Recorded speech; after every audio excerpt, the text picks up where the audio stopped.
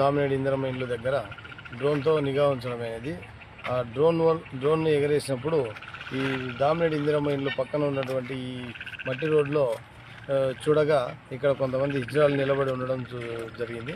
అయితే వాళ్ళు ఇక్కడికి వచ్చి ఎందుకున్నారు మీరు ఏమి ఇక్కడ అని విచారిస్తే వాళ్ళు మేము రోజు ఇక్కడ అప్పుడప్పుడు వచ్చిపోతూ ఉంటాము, ఇక్కడ ఉంటాము, ఈవినింగ్ టైం కాబట్టి ఇలా వచ్చామని అన్నారు.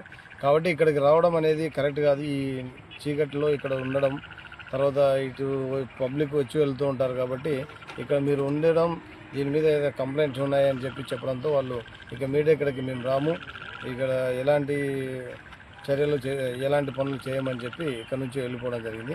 వాళ్ళకు తెలియజేయడం ఏమనగా ఇజ్రాయల్ ఇక మీద ఎప్పుడైనా కానీ ఇక్కడ ఉంటే వాళ్ళ మీద కఠిన చర్యలు తీసుకొని కేసులు రిజిస్టర్ చేయడం జరుగుతుంది.